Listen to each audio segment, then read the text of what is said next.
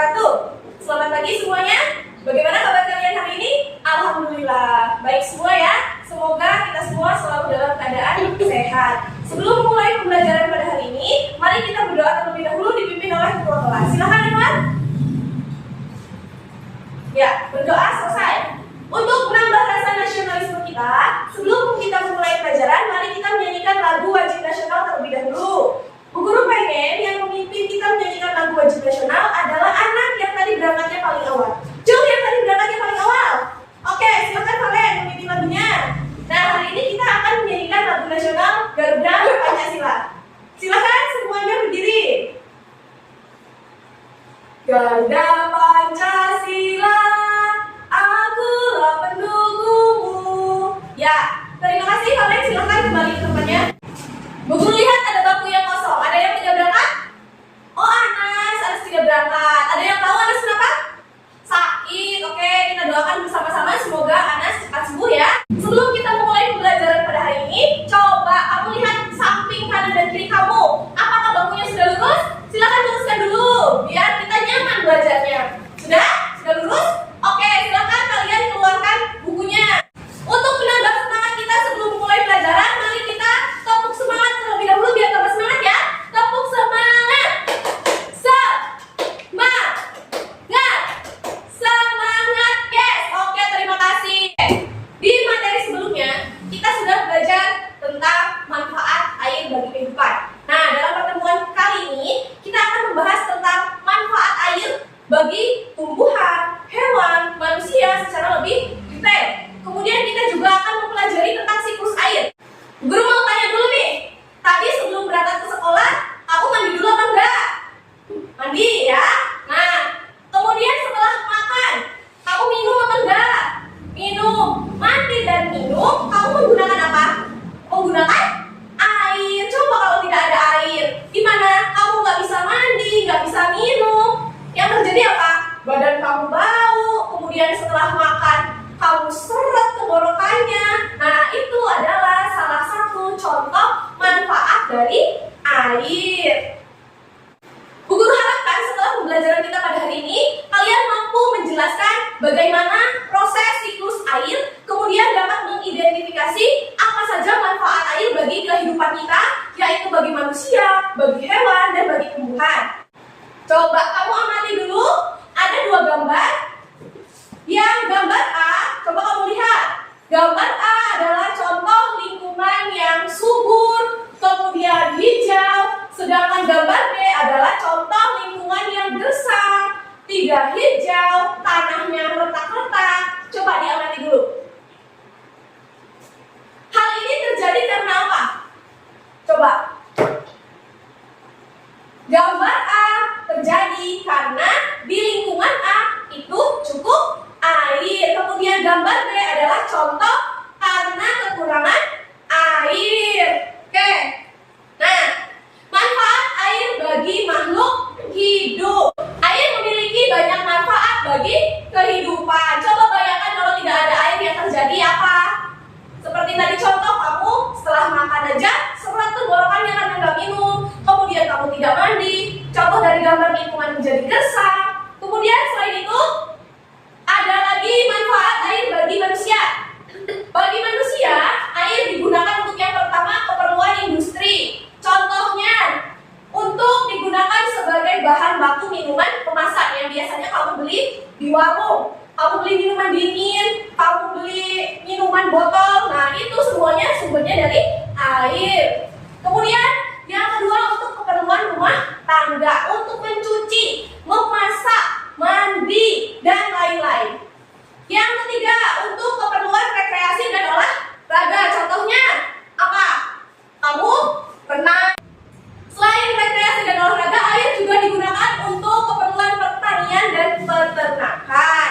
Pertanian itu untuk mengairi sawah. Coba kalau tidak ada air, sawah kamu nanti kering ya, seperti yang terjadi pada gambar. Kemudian di peternakan, hewan-hewan ternak kamu juga harus diberi minum. Kemudian yang selanjutnya, keperluan transportasi. Contohnya yang menggunakan transportasi di laut, kemudian di sungai besar ya, perahu, kemudian kapal, itu memanfaatkan air.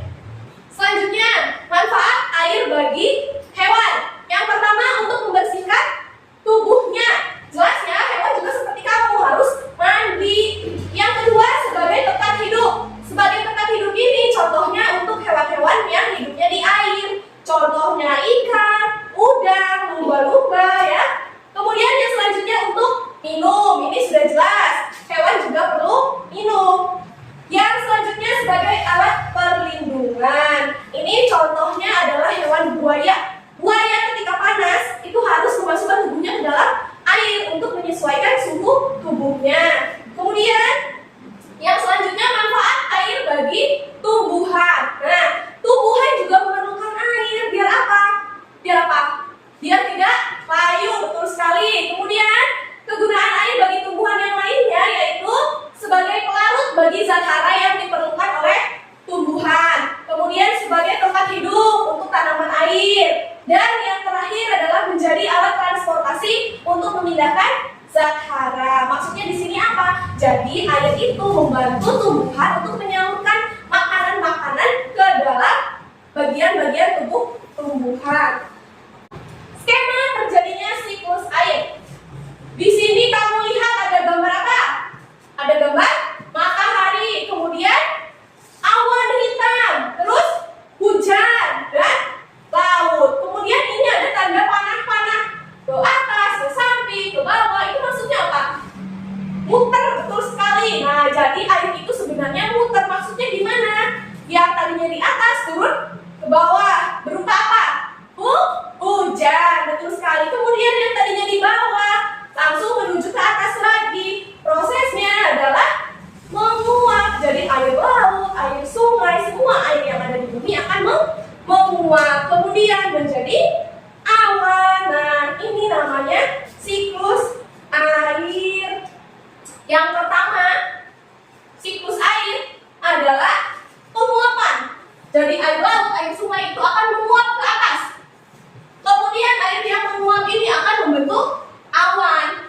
Uap air itu akan membentuk awan sehingga setelah awan yang banyak mengandung uap air itu akan diturunkan dalam bentuk hujan. Hujan ini nantinya akan meresap ke tanah, kemudian ke air sungai, ke air laut, begitu seterusnya. Bu Guru punya tepuk siklus air. Ini untuk memudahkan kamu dalam menghafal proses siklus air. Dengarkan dulu ya, nanti kita coba bersama-sama. Penguapan itu evaporasi, menjadi awan itu kondensasi, air jatuh ke bumi itu presipitasi, air menyerap itu infiltrasi. Mari kita coba bersama-sama. Bisa? Bisa. Oke, kita lanjut. Nah, ini adalah proses siklus air secara lebih detail. Yang pertama ada evaporasi.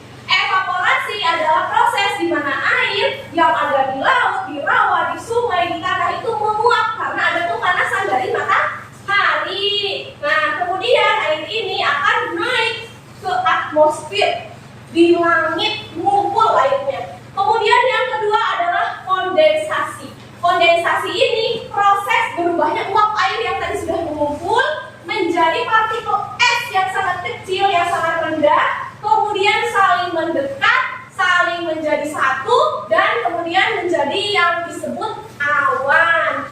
Yang selanjutnya adalah presipitasi. Presipitasi itu terjadi ketika air yang tadi sudah menggumpal menjadi awan, kemudian awannya itu sudah menjadi besar dan berat, tidak mampu lagi menampung, air itu akan jatuh ke bumi dalam bentuk apa? Dalam bentuk hujan, betul sekali. Kemudian